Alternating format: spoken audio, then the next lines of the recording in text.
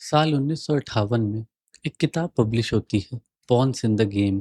इसका ऑथर था एक कैनेडियन नेवल ऑफिसर विलियम गाय कार। अपनी इस किताब में कार जिक्र करता है एक लेटर का, जो उसने कहा कि उसने देखा ब्रिटिश म्यूजियम लाइब्रेरी लंदन में। कार की किताब शाया होने के बाद ये लेटर फिर कभी किसी को नहीं मिला, और कार ने बताया कि इस लेटर के बारे में उसे मालूमात मिली चिली के एक कार्डिनल होजे मारिया कारो रोड्रिगेज से। ये लेटर था एक 33rd डिग्री फ्रीमेसन का, जो कि सबसे हाईएस्ट डिग्री का फ्रीमेसन होता है, और इसका नाम था एल्बर्ट पाइक। एल्बर्ट पाइक एक लॉयर, राइटर, जर्नलिस्ट था, लेकिन उससे बढ़कर एक फ्रीमेसन और एक कॉन्फेडरेट जनरल था अमेरिका की सिविल वॉर में। वो मशहूर था अपने रेसिज्म के लिए, सिंबलिज्म के लिए, कंपैरेटिव रिलीजन के लिए और एक एलीट नेटवर्क के लिए। 1871 में उसने ये लेटर एक इटालियन रिवॉल्यूशनरी को लिखा जिसका नाम था जिसेपी मजीनी, और मजीनी भी जाना जाता था अपने अंडरग्राउंड पॉलिटिकल नेटवर्क्स के लिए और सीक्रेट सोसाइटीज के लिए, जैसे कि यंग इटली। इस खत में एल्बर्ट पाइक लिखता है 3 जंगों के बारे में। वो लिखता है कि पहली जंग अजीम या फिर वर्ल्ड वॉर 1 होनी है। इसका मकसद है रशिया के जार को गिराना, कम्युनिज्म को कायम करना, पुरानी हुकूमतों को कमजोर करना और हर जगह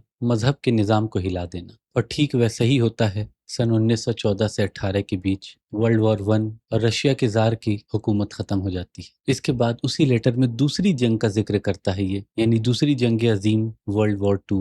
वो लिखता है कि दूसरी जंग अजीम में हमें नाजिज्म को खत्म करना है, लेकिन इसके साथ ही साथ ज़ायनिज्म को बढ़ावा देना है और उसे मजबूत करना है, और इसराइल को कायम करने का रास्ता बनाना है फिलिस्तीन को खत्म करके।